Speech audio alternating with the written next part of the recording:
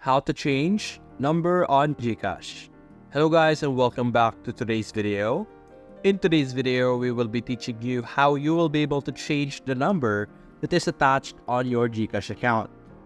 So to be able to do that, simply click on your profile over here on the bottom right. And over here, this is where you will be able to see your different settings. So simply select your name with your number and you will be able to be redirected to the account information. To be able to change your number, you're going to have to click on Update Account Information. And there will be a whole process and instruction here on what to do.